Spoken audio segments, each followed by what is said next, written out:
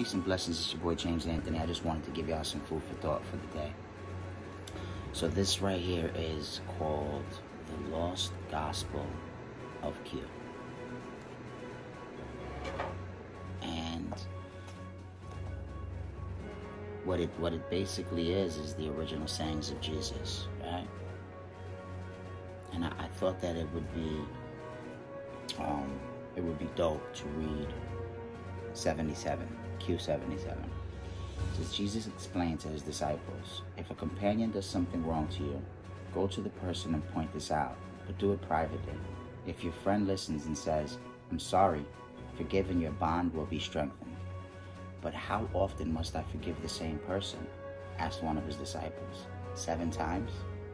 Jesus answered, not just 7 times, but 77 times. And I think that is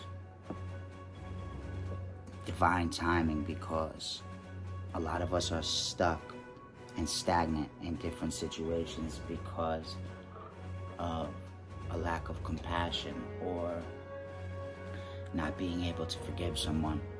And the truth of the matter is that forgiveness is, it's for you. Although you're forgiving somebody else for something that they have done, it's so that you can put closure and move on. I wanted to give you guys some food for thought today. If you notice the narrative across most of the platforms, they, for the most part, are shilling out of Bitcoin. I mean, even like yesterday, for instance, you know, Elon Musk, Dorsey, and Katie Wood, like they were just shilling out of Bitcoin. Meanwhile, they know that the technology is already obsolete. So it got me thinking. I've thought about this before, but it just really hit me this morning. It just really struck me this morning. What if they're not intending on using Bitcoin in any way? What if they're just using Bitcoin as name recognition? When you pick up your phone and you go to use your phone, do you know how it actually works to use it? Or do you just use it? 90% of the world, they have no idea about the altcoins or what the altcoins are utilities. And what if they're using Bitcoin for name recognition? Time comes and they flip that switch. XRP is crowned king. Because legitimately, XRP does all of the things that they say Bitcoin does. Bitcoin doesn't, right? I don't know, just food for thought, right?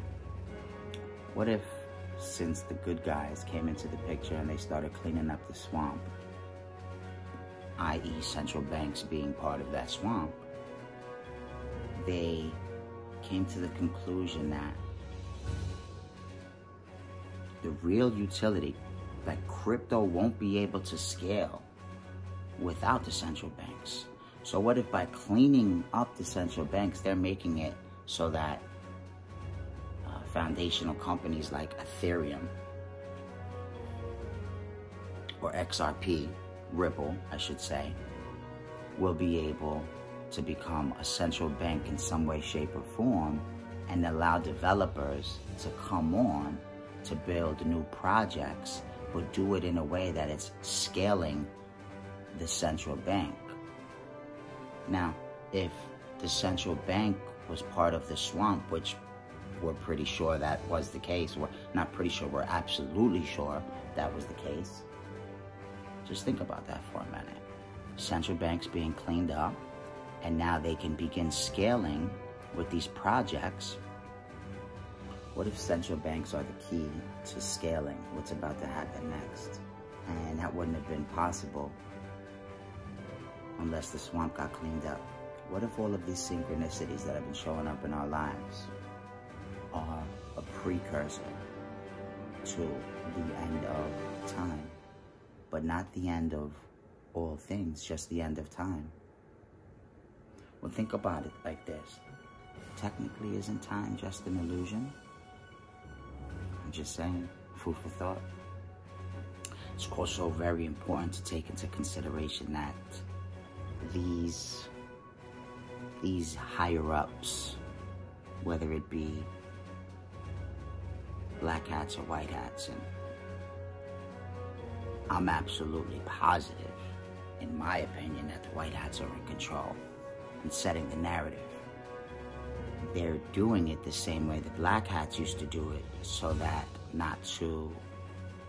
they can aggressively be able to wake up the masses the same way the black hats were actually rocking us to sleep.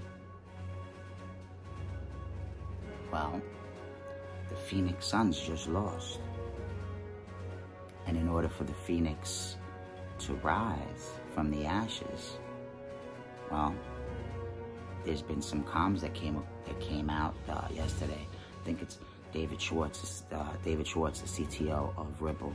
He had a plate of salmon, and there is a salmon full moon happening 3 days after the Phoenix Suns lost. I'm just saying, food for thought, right? Just things to think about. When you have begun to notice these synchronicities, from numbers on the clock to words on the radio or letters and numbers on the license plate. Like for me, it's every day, multiple times a day. The number 27 and 17 show up everywhere for everything. And part of that is because we are manifesting our reality. So our words and our thoughts are vibrations. Everything you see, everything that's around you, everything in your life, you're creating and putting there. Fill up your world. So that means you can create anything. Nothing is impossible. You can change your life. You can have anything in your life at all. One of the biggest lessons you come to Earth to learn is how to manipulate energy.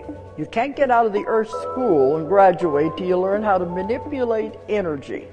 What does that mean? Create. You have to learn to create. Because this is how powerful your mind is. You can create anything. That's why it's so important to be super conscious of what you're thinking about and the words you're saying. Because that's what determines what you're going to bring to your experience, right? We are creators. You know, the Heavenly Father gave us the ability to deliberately create, but it won't work if you have any kind of doubt in your mind, any kind of doubt in your heart. I'm just watching this program called Missing Links with Greg Braden. He is so off the hook. He takes spirituality and science, and he lays them together and integrates them so beautifully that you can't argue what he's saying because it's evidence-based, right? So it's not woo-woo craziness because he provides legitimate evidence. Well, just watched an episode where there's these things called sensory neurites that are in the heart, and they're very similar to what you have in your brain, which means your heart has its own brain. Right? And it's just as powerful, if not even more powerful than your actual brain is. And that all comes with feeling. So, just food for thought, Don't believe what you're told. Don't believe what you're told. Start digging. Start researching. If something doesn't make sense, that means it doesn't resonate. If it doesn't resonate, that means something's not right. Boy, does life have a way at systematically and synchronistically showing you signs, numbers, sounds, words, music, just certain things that will turn off or turn on things right at the right time. Keep your awareness up at all times. Always strive to expand your consciousness. That is the key. God bless.